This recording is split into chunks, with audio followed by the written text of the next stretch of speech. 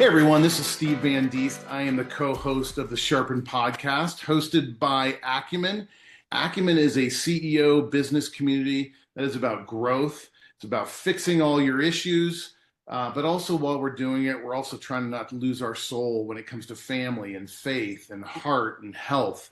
And today I'm excited because we're going to talk about money. Money. A lot of us got into this business thing because of money, and money quickly goes and quickly comes. We think we have it, then we don't. I love things like the lies we believe around money. And then we're also going to talk about what happens when the it storm of life hits you from all sides. How do you grow your own company? And how does it affect your business model? Today, we have an expert in all of those areas. Tell us a little bit about yourself. Who are you and what do you do? Hey, I'm Blaine Cheshire. I'm the CEO and founder of Level 10 CFO. We're a CFO advisory and outsourced accounting business. We like to serve the small mid-market growth companies, typically in the B2B services and technology space. I'm born on the mean streets of Albuquerque, but I've been up here in colorful Colorado for, about 26 years now. Got a lovely wife, Emily, and three crazy kids, 12, 11, and 8 years old. So yeah, between the business and family, I think I'm pretty, calendar's pretty full. It is full. And so just recently you posted on LinkedIn a little bit of the history of Level 10. And a lot of people think, oh, that's an EOS thing. But if you're a Stranger Things fan, you might know otherwise. Tell us a little bit more of the naming of Level 10. Yeah, so Level 10, it does have an allusion to EOS. We love, we do love EOS companies. We are an EOS company, so certainly love to work with the EOS community. But the maybe more fun and interesting part is back in, I don't know, probably grade school, middle school, I was a bit of a Dungeons and Dragons nerd, and in the game of Dungeons and Dragons, the highest form of magic is a level 10 spell. So, but the interesting thing about level 10 spells is you have to be an expert to cast it, but you also have to have multiple wizards to cast the spell, meaning you got to have teamwork. So that's what we here at Level 10 are. We'd like to think we're, some financial accounting wizards, but we're all working as a team to do the best magic we can for our clients' businesses. Okay. So with that wizardry, in my Stranger Things, there's Demogorgon that exist all over our businesses that are trying to kill us and destroy the earth. What are some of the initial lies maybe you believed when you started, but as you're getting reps and reps and reps upon looking into people's financials, their business, their structures, what are some of the lies they believe about money and their businesses? Yeah, I could definitely go into the lies part. I think I might slightly take some license with your question and say, I think the biggest thing I've seen through my career, at least as it relates to the finance and accounting function, which is, our domain of expertise, is businesses run into trouble because the founder or the CEO, they're like the head coach of a sports team, right? They've got to put the right players on the field to win. They don't get out there necessarily and run the routes and, do the tackles or shoot the ball or whatever, but they got to put the players on the field to do all those things to win. And what often happens, especially in these small companies, is when it comes to finance and accounting, is they don't make changes to the players on the head of the field. They start out, they're a pre-revenue, they're sub-$1 million. Their sister-in-law, who's a geologist by training, is the bookkeeper.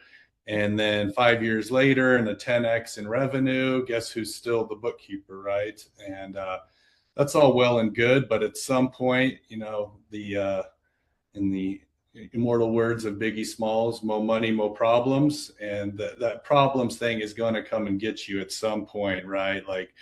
And it might be just a small thing. Maybe it's a compliance issue with the banks. Maybe it's a little leaky bucket at the bottom of your P&L with money leaving the business that shouldn't be. Or maybe it's just something existential, like that if you had the right players on the field in that finance and accounting function, it literally could be, between a failed business or not a failed business. And I see a lot of businesses, they just wait too long, usually till they do feel the pain, and hopefully the pain isn't extreme, and they make the change and they get the right people on the team in that finance and accounting department. But sometimes it can be too late, right? Like they don't build the company the right way, and something really tragic happens, that, iceberg ahead, but nobody was up in the crow's nest saying there was an iceberg ahead, right? So Yeah, you can have well intentioned, good products, good services, good people, godly men and women running these companies. And I would say one of mine was like that. And it was here, a couple former ministry guys jumped in. We saw great growth, yet we didn't have you. If I had had you in my corner, the amount of mistakes, the oopsies, over debt, wrong debt, pushing at the wrong time to expand, shrinking back, all those things would have been, I don't know if we would have eliminated our dark sins of mistakes, but it sure would have been a lot better to have you in our corner. And I think that's that piece that successful businesses, as they're shooting up on that rocket ship, um, they make those mistakes. I know one of the things that one of your outreaches now is talking about the revenue ferry. Tell us more about the revenue ferry and why that shows up in our business and might cause some problems.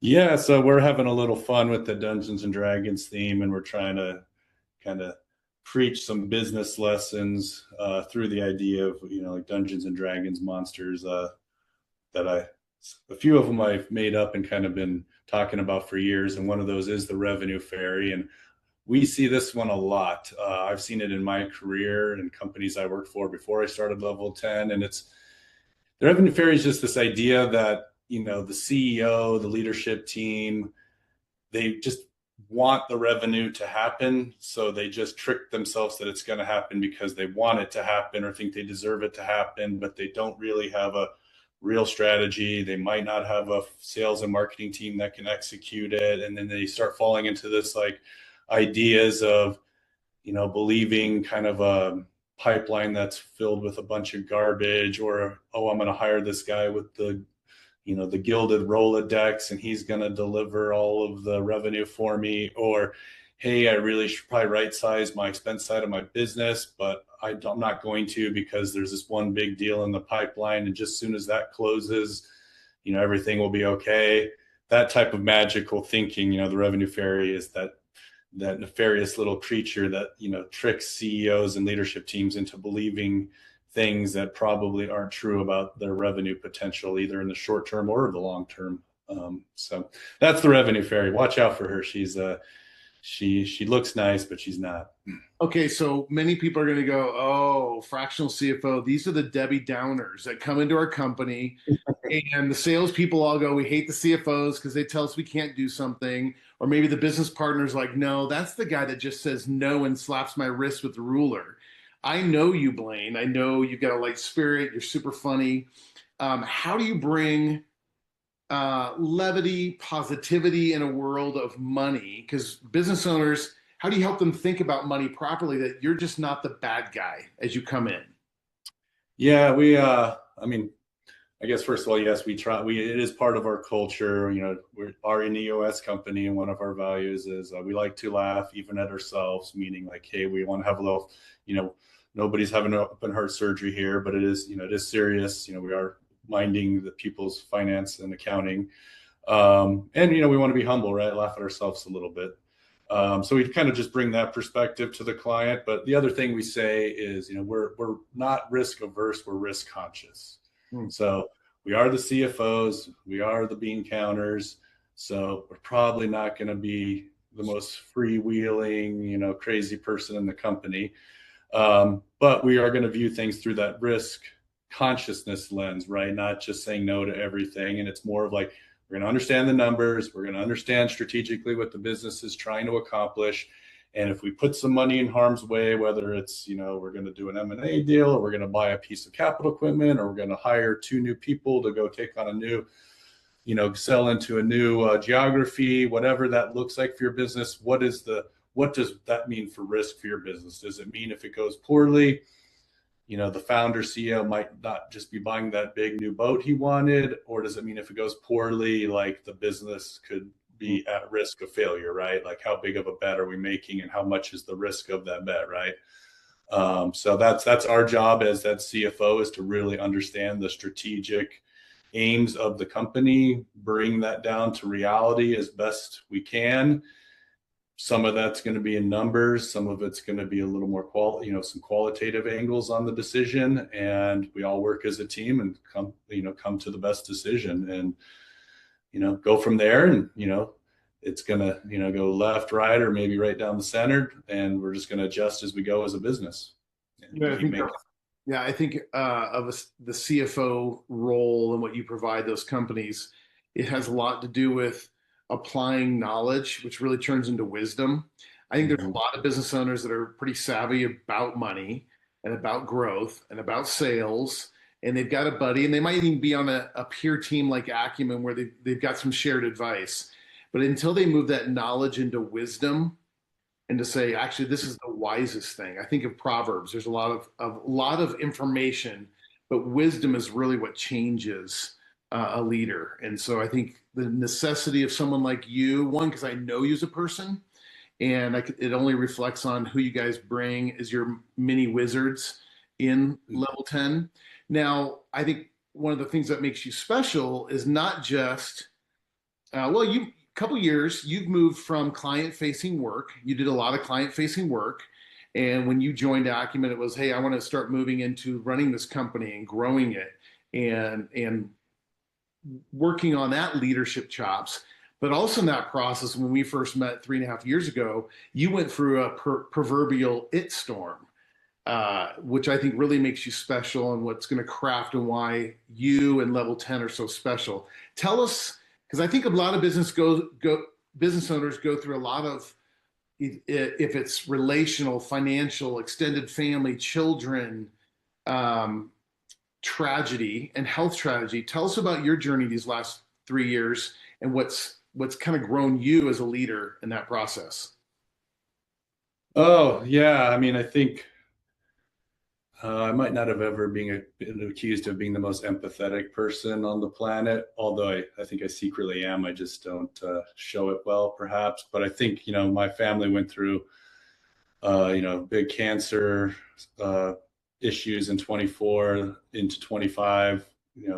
Praise the Lord, we got through that all healthy and happy now. But, I think just, kind of, on the personal side, definitely just makes you realize, there's a lot more to life and how you're spending your time and how you're structuring your time.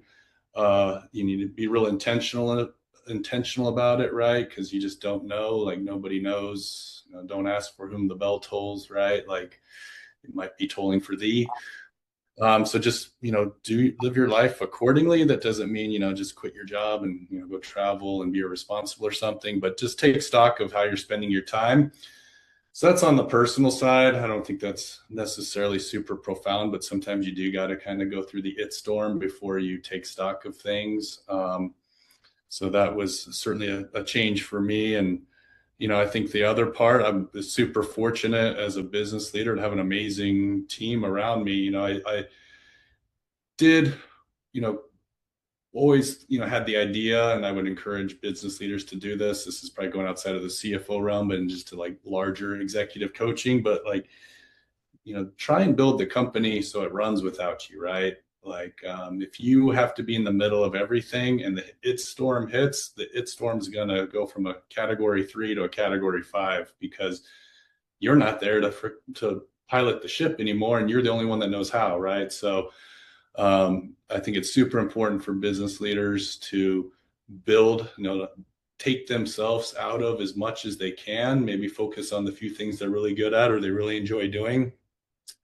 That's the upper left quadrant in one of the EOS exercises. Love to do it and good at it, right? Like, try and focus your time there. And yeah, if you have to take a health sabbatical or support family members, the place doesn't fall apart without you, right? So that was certainly a big business lesson. And, we weren't all the way there when, I had to, pay a whole lot less attention to the business, but I did have some amazing team members, my partner, Zach, other people on the leadership team, and really the whole company just really stepped up and made that kind of, that part of our life that we went through just so much easier to get through than having to deal with like a business that was falling apart because I couldn't pay attention to it.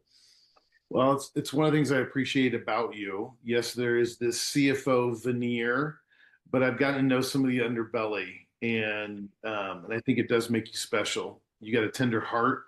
I know you love your family. Your humor may cover up some of that sometimes, but you My were wife, what's that?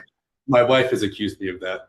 But I love what you're doing and the wisdom around you. And so I'm glad you're poking business owners to rethink money. We all have relationships with money. We have relationships with food and other people and our employees. But the relationship with money sometimes needs a money counselor. And I think level 10, you, so if you are a business in that $2 to $20 million range and you don't have someone full time, this is the time to start dipping your toe into looking at someone fractional and saying, I need wisdom. I need to change how I'm doing things. I need perspective. And so, yes, because more money is more problems. Is that big and Mhm. small, as you said? I know you're a big. Yeah, also known as the notorious BIG. Okay. Rest in peace. Yeah, I guess I jump in there, a little shameless plug, right? Like you, the fractional model, whether it's level 10 or someone else, obviously we think we do it better than anyone. And it's really is about those right fractions for your business. This doesn't have to be a luxury purchase. Level 10 isn't the Louis Vuitton store. We're not probably gonna be the dollar store either, but it's really just like getting back to those players on the field. You don't need like 1.0 of this and 1.0 of this and 1.0 of this, right? Like you need just a little slice of a CFO, maybe a bit of a controller, and then some bookkeeping, staff accounting level works. And then as the business grows, the fractions are modified to support the business, and you're always getting that, the wisdom, that strategic leadership, and you're getting just the tactical stuff done, with excellence as well. And it's the old, the couple, best day to plant a tree is yesterday. The next best day is today, right? Stitch in time saves nine. There's a lot of puns out there or whatever to kind of think about how, whether it's your finance or accounting department or another department, right? Like it's just putting that framework, that infrastructure in place for your business that will allow you to grow without a lot of heartache. Yeah, because I think the less heartache is the more, yes, there's more profit. There's also more impact. And ultimately, in Acumen, we want to help business owners have a greater impact to chase their dreams, to impact people, impact their communities. On a Blaine side, what is sharpening you, challenging you these days, inspiring you these days? Oh man, I mean, that's a good question. I mean, most recently, back to like doing other things in life and like doing things now rather than waiting for, oh, as soon as I retire, I'll get around to doing that, right? So I took my whole family to the Philippines over the Christmas holiday for almost 3 weeks, and it was also got to visit our accounting team, our CFOs and our controllers in the United States, but our whole accounting team is in the Philippines, and so it was just amazing. They're such gracious, kind, fun people. They made me do karaoke, which if that video gets out, I'm ruined. But it was just so great meeting them, spending time with them in person, and then just spending time with my family. Beautiful country, beautiful people, and just getting that time away. It was kind of a mini sabbatical, back to having Zach and the team. I only had to take one phone call the whole time I was there because they got things under control. So that's awesome. Part of the thing we do too is, we do give, one of the things we like to do for our team is after 5 years of service, they get a sabbatical, a paid sabbatical with the company. So back to, like trying to help people have, help their lives outside of just work. I think having that time away from work and knowing that it's covered and you can just go experience something else in life without email or Slack channels is something I really am happy to do for our team. And we actually have our first 5-year anniversary coming up this year. So we've been around for a minute, and we've got some people hitting that mark now. So I'm excited to see them onto their sabbaticals and Yeah, that's all good stuff. Well, I appreciate who you are. How can the public find you on the interwebs? www.level10cfo.com is just, all the stuff's there. You can find the revenue fairy there, learn more about the business, learn how we do things. There's contact information there too. Happy to, talk to anybody out there who's interested in exploring the fractional CFO outsourced accounting model or just some travel tips to the Philippines. Happy to take your phone call. I love it. I love it. And because this is the internet, when this comes out, I'm calling anybody in the inner worlds to actually post a video of him doing karaoke in the comments. So wherever this shows up, that's just my request. For the rest of you, if you're going, hey, how can I be part of a peer CEO business owner community that Blaine is part of? Blaine's on one of my teams here in Colorado in the Front Range. Come check out acumenImpact.com. Find out if your business, if you qualify, if we're a good fit for you, fill out a form, or check out in Kansas City or Phoenix or St. Louis or Colorado, one of our many happy hours events. We'd love to help you grow, sharpen, be challenged and inspired. Blaine, thanks for this time. Thank you. And I'll just follow Steve there. My acumen experience, I'm only 6-7 months into it, but it's been a wonderful experience. The council, the team we have there is just some amazing human beings, and just love spending time with them. And we all, back to some proverbs, the iron is a lot sharper after we leave those meetings. So very much appreciate the acumen community. Awesome. Thanks, Blaine. And to everybody else, we'll see you in the next podcast. Ciao.